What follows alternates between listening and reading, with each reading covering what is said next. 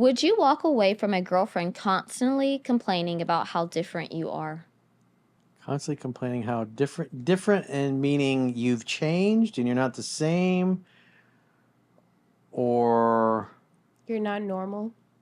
Or maybe they changed after a little bit, like, things have been going on in his life, and who knows, maybe he's like depressed, or he's become more aware of other things. Maybe she did something wrong and he's changing his feelings towards her because she's being, read the question again.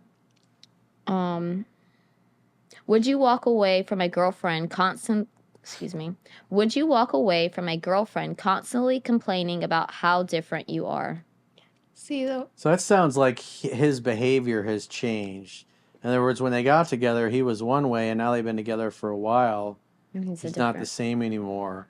So one of the things I do when I'm doing phone sessions with guys is I'll often ask them, and when they're in these kinds of situations, like, what does she complain about? Because women don't complain about shit once. It's like Multiple. It's over and over and over. They say the same things, and when they tell me, it's usually 2 or 3 things that the woman says over and over, and they don't really get what it means, or they, I didn't think she was serious. And so in that particular case, what I see, because people are not coming to me when things are going well, they're coming to me when things have gone sideways.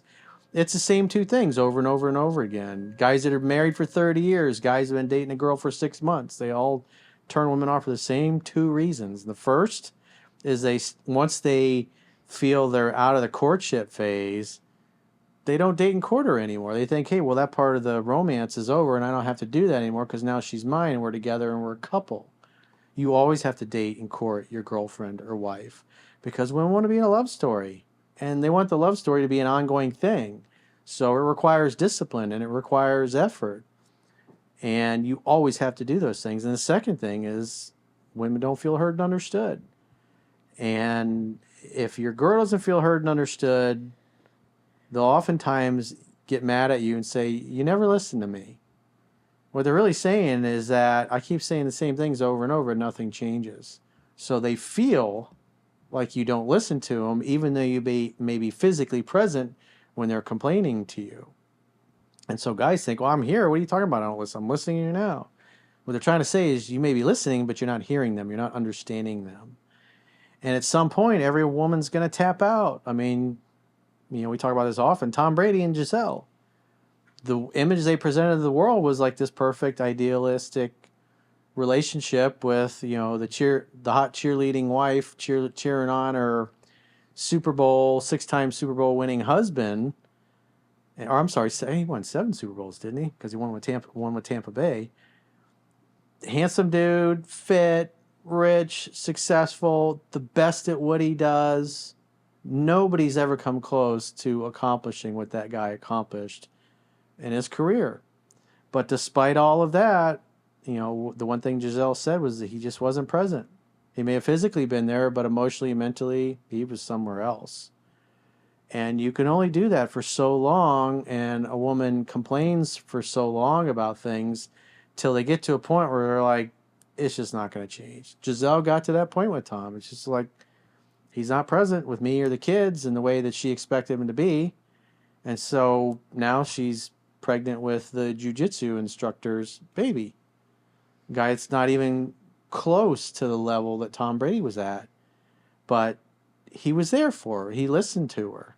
He made her feel heard and understood. He dated and courted her. Now, it doesn't mean he's going to do that for the rest of his life properly. She may dump him in the future for doing something similar to what Tom did. But at the end of the day, women want to be in a love story. And you either make the effort to make that happen on a continuous basis by being disciplined, taking her out on dates even when you don't feel like it, keeping her properly fucked, even though the longer you're together as a man, you're going to be okay with not having sex as much as you did in the beginning. But statistically, the healthy relationships that last decades, they're still having sex 2-3 times a week. That's the number. For whatever reason, that's the number. And I know a lot of guys that when they're in a relationship for a couple of years, it gets to the point where it's once a week and then it's a couple times a month.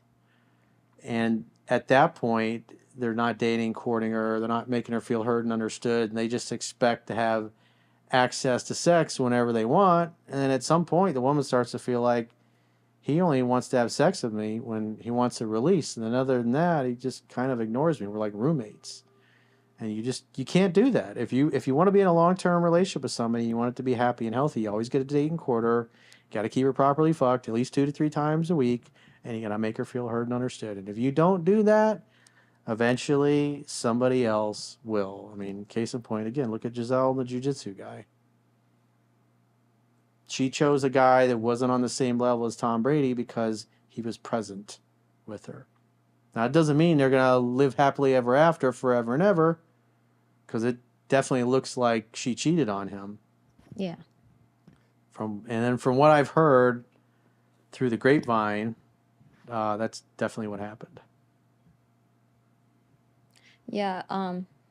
My ex-husband, I moved all the way to Hawaii from South Carolina to be with him, and we were friends in high school and stuff like that. And I moved there, and he was gone like 10 hours out of the day, which was fine. I would go to the grocery store, go to the park, or I would, go somewhere. I made a friend, so I would go hang out with her, do whatever. And he would come home sometimes, or on the weekends when he had the days off, he would come home and just like play video games. And like, I want to go like explore. I want to, this place is cool. I've never seen anything like it. And sometimes he would, and sometimes he wouldn't. And then without my permission or anything like that, he let his friend come live with us on base. And the friend, they started doing drugs and bringing him on base. And then his mom came. She was smoking weed, walking around the base, and I said something to her. I said, "Do you not care about your son's future or his career?" I said, "If you're walking around our neighborhood on a military base, smoking weed where other people who are in the military live." I was like, You said "What?" that? Yeah, I did. And she's like, "No, it's fine." I was just like, "Okay." But he started doing drugs, and then I told him, I said, it was like a month before my 21st birthday, and I said, "If you don't change, I will leave. I'm going to give you till this date." And he kept doing it. So I left. And then like... So his drug of choice was weed? Or he was... Well, he smoked weed, but he also did coke and was doing like bringing Molly on base. Oof. Yeah, if you chosen a military career, it's not a good thing to be doing. No. And they frown upon that. Well, and then that's how I eventually left because he didn't change, and I gave my rings and stuff back. But yeah, like a couple months later after he left, I guess he was like depressed. He let all my plants die because I was, if he changed and he said I was doing better, I was gonna go back. But he eventually got kicked out a couple months later for drugs. So he got caught. He got caught, kicked out of the military, and then had to move back home. Was he in the Air Force? Yeah. Yeah. Air Force guys can drink. Yeah. That's also another thing, too. He would get his friends to bring home, like, beer and stuff, and I'm like, what? No. Why are you, like, drinking every day? I want to have, like, a nice dinner, or I would make dinner, and then he'd bring his friend home. The friend, I think that's rude if you bring somebody over, and then you have dinner, and they don't eat your dinner. Like, "Oh, no, I'm not hungry," or I'm like, that's rude. You're staying in my house for free. Get the fuck out, bitch. I'm like, and then when I have dinner, you just stay in your room. I'm like, no, that's rude. Yeah. That's rude to me. Like, that's not how you act. And then we tried to rekindle it like 4 years later, but because he wasn't like doing drugs or anything then. He had a job and like a stable job, but it wasn't there anymore after he had already, ruined everything. You weren't feeling it? Yeah, I was just like, nah. But yeah, when women say they're going to leave if you don't change, they will leave. Yeah, every woman's got to, gets, it's different for all of them, but they all get to a certain point where they, especially when it's a rerun of the same conversation or the same disagreement, and you don't change. And like when I talk to guys, I always hear the same thing. It's like, I didn't think she was serious. I didn't think she meant it. I didn't think it was that bad. Mm-hmm. I was like, well, how long was she saying that for? Well, 2 years. I was like... You can't do that. If you want to stay in a relationship, if you got to date and court her, you got to make her feel heard and understood. Because at some point she's gonna tap out. And once she taps out, oftentimes she ain't coming back. Yeah. Mm-mm. Well, when I heard that, and I heard the different thing, it kind of gave me like a PTSD from one of my exes. And he would compare me a lot to like other people and other relationships. Like he'll be like, no. I "Did you want ever everybody have-" to be friends.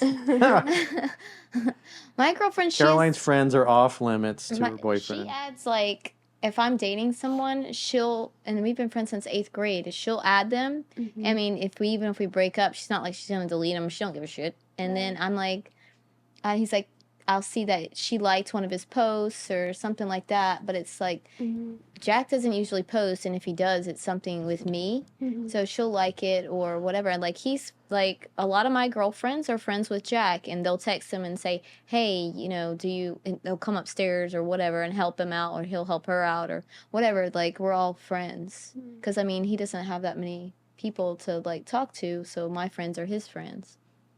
So you don't give your friends a hard time for following your boyfriend on social media? They don't. My group of friends now, because that's when I was 21 and stuff. So you're not friends with those people anymore? No, my friends now, they don't do that. So that just tells me that you had maybe some Judas goats in your inner circle. You had some friends that were following your boyfriend because they probably were hitting on him. Maybe. But even like towards my current boyfriend's friends, I'm just like, I don't follow them. I don't hit them up, text them. I don't even have their numbers. Like, I don't care to get involved at all.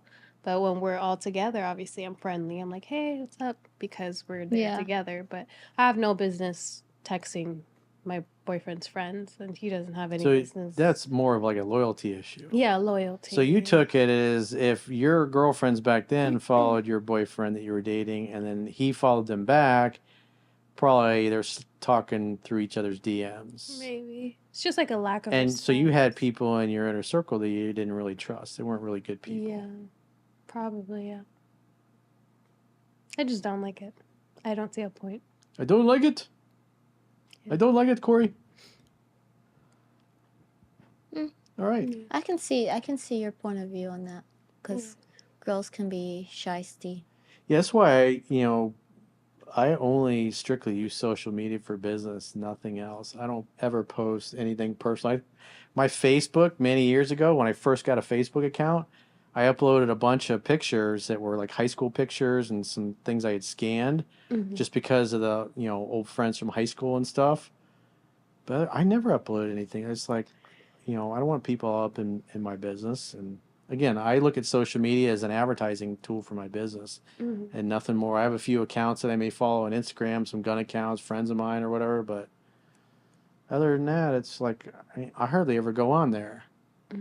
So it's, because people I see in the comments like, Coach, how can you never post on social media? It's just strictly business. It's like, I like it that way. Gentlemen don't kiss and tell. I don't want people knowing my fucking business. It's like when the camera's off, I want to just be a regular fucking dude, I don't care to have people coming up and talk to me or recognize me. This is just what I do for a living. I don't want to be treated like I'm special. It's the best thing is when people notice me, see me, and they don't say anything because I don't need the acknowledgement. It's just, this is what I do for a living.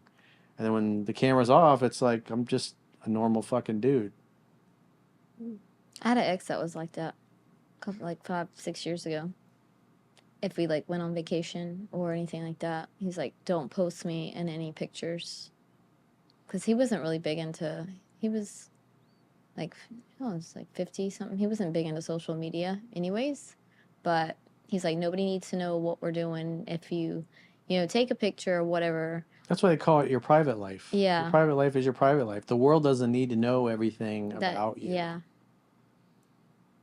The relationships that I have talked about, really, it's a teaching tool from the book. So if I talked about a specific girlfriend or somebody I dated in the book, that's as far as it goes. I don't talk about anything beyond that because, like I said, when the camera's off, I want to be a normal person.